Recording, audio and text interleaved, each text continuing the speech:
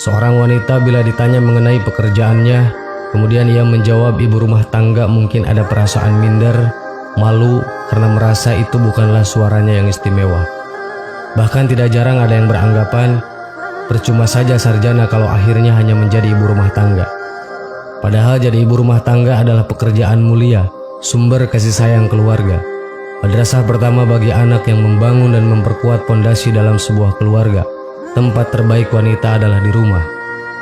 Wanita pengejar karir dunia menganggap bahwa tempat mereka adalah di kantoran, bersolek dan berpakaian ketat.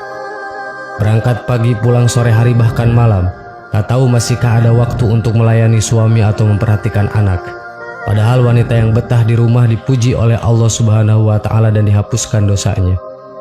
Allah Subhanahu wa Ta'ala berfirman dalam Al-Quran surat Al-Ahzab yang artinya, "Dan hendaklah kamu tetap di rumahmu dan janganlah kamu berhias dan bertingkah laku seperti orang-orang jahiliyah terdahulu. Dan laksanakanlah sholat, tunaikanlah zakat, dan taatilah Allah dan Rasul-Nya. Maka sesungguhnya Allah bermaksud hendak menghilangkan dosa dari kamu wahai ahlul bait dan membayarkan kamu sebersih-bersihnya." Quran surat Al-Ahzab ayat 33. Dari Ummu Salamah, Rasulullah SAW bersabda, "Sebaik-baik masjid bagi para wanita adalah diam di rumah-rumah mereka." Hadis riwayat Ahmad. Keberadaan seorang ibu dalam sebuah rumah tangga sangat amat berharga dan menjadi salah satu peran penting dalam pembangunan peradaban bangsa. Anak yang lahir dari seorang ibu yang memiliki pegangan teguh terhadap agama akan berpengaruh besar terhadap perkembangan akhlak anak bangsa. Menjadi ibu rumah tangga bahkan bisa membuka kesempatan untuk mendapatkan pahala setara dengan pahala laki-laki yang pergi berjihad.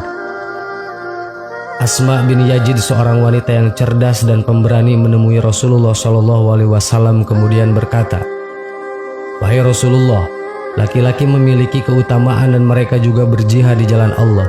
Apakah bagi kami kaum wanita bisa mendapatkan amalan orang yang berjihad di jalan Allah?"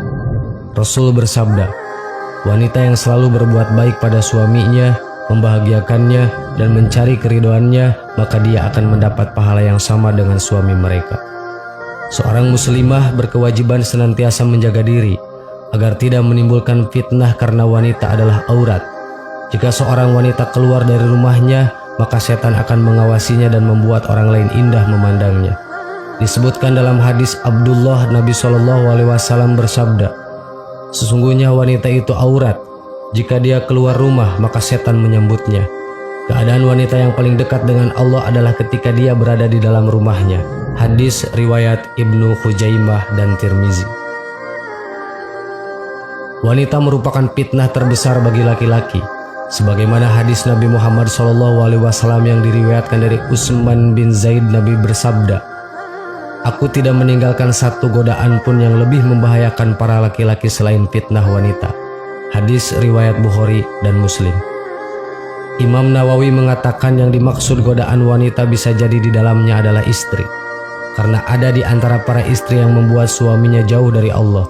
Rasulullah pernah ditanya siapakah wanita yang paling baik, beliau menjawab, "Ya, itu yang paling menyenangkan jika dilihat oleh suaminya, mentaati suami jika diperintah, dan tidak menyelisihi suami pada diri dan hartanya sehingga membuat suami benci."